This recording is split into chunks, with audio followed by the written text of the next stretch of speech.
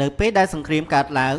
ហេដ្ឋារចនាសម្ព័ន្ធយុទ្ធសាស្ត្រសំខាន់ដូចជាផ្លូវថ្នល់និងស្ពាន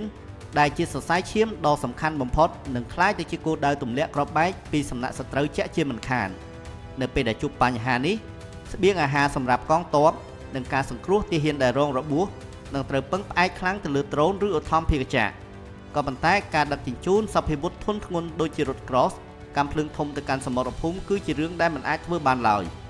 តែបើយើងមាន M3 amphibious នៅក្នុងដៃនោះសមត្ថភាពក្នុងការផ្គត់ផ្គង់សព្វហេវុធធុនធ្ងន់ទៅកាន់សមរភូមិនៅតែអាចធ្វើបានដដែលទោះបីជាស្ពាននិងផ្លូវថ្នល់ត្រូវបានកាត់ផ្តាច់អស់ក៏ដោយតើ M3 amphibious គឺជាអ្វីនិងមានសមត្ថភាពពិសេសអ្វីខ្លះតោះទៅទស្សនាវីដេអូនេះទាំងអស់គ្នាដូចតទៅ M3 amphibious គឺជាយានយន្តវិស្វកម្មដែលមានសមត្ថភាពអាចធ្វើដំណើរឆ្លងកាត់ផ្លូវទឹកនិងផ្លូវគោកដ៏ទំនើបដែលត្រូវបានអភិវឌ្ឍនិងផលិតឡើងដោយក្រុមហ៊ុនឧស្សាហកម្មការពារជាតិរបស់អាល្លឺម៉ង់គម្រោងនេះបានចាប់ផ្ដើមនៅក្នុងអំឡុងឆ្នាំ1982ដើម្បីជំនួសឲ្យយានយន្តវិស្វកម្មម៉ូដែលចាស់ M2 amphibious របស់ពួកគេអាល្លឺម៉ង់បានដាក់ឲ្យប្រើប្រាស់ជាផ្លូវការនៅក្នុងជួរកងទ័ពនៅចន្លោះឆ្នាំ1996ដល់ឆ្នាំ1997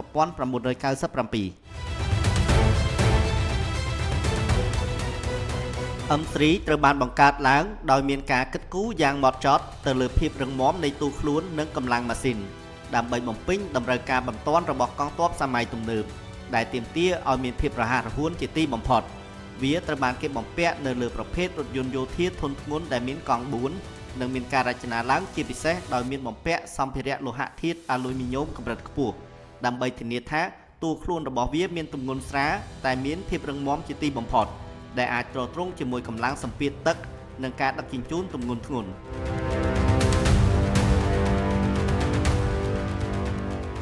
កង់ទាំង4ដែលមានទំហំធំរួមទាំងប្រព័ន្ធចង្កូតបត់បែនយ៉ាងរហ័សរហួនគឺជាចំណុចពិសេសដែលជួយឲ្យយានយន្តនេះអាចបើកបរតាមផ្លូវតូចចង្អៀត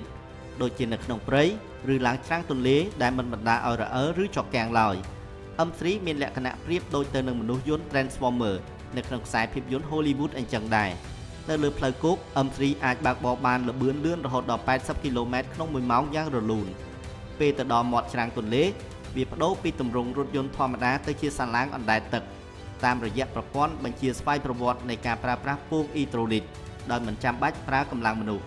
ពេលចុះទៅដល់ទឹកវាប្រើប្រាស់កង្ហារស្លាបចាក់ដែលអាចបង្វិលបាន360ដឺក្រេធ្វើឲ្យយាននេះមានភាពងាយស្រួលក្នុងការបើកបរនិងបត់បែននៅក្នុងទឹកដូចនាវាទំនើប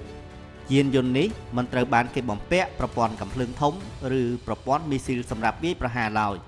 វាគឺជាយានយន្តវិស្វកម្មសុទ្ធសាធតែម្ដងក៏ប៉ុន្តែតួខ្លួននិងកាប៊ីនរបស់វាត្រូវបានគេបំពាក់ដោយស្រទាប់លោហៈការពារដ៏រឹងមាំព្រមទាំងមានប្រព័ន្ធការពារអាវុធគីមីនិងអាវុធជីវសាស្ត្រដើម្បីធានាសុវត្ថិភាពដល់ទាហានក្នុងពេលបំពេញប្រតិបត្តិការលើសពីនេះវាក៏អាចមានលទ្ធភាពក្នុងការដំឡើងកាំភ្លើងយន្តធុនស្រាលបន្ថែមសម្រាប់ការពារខ្លួនក្នុងករណីអាសន្នបានផងដែរខាងក្រោមនេះគឺជាសមត្ថភាពពិសេសនិងអស្ចារ្យបំផុតរបស់វា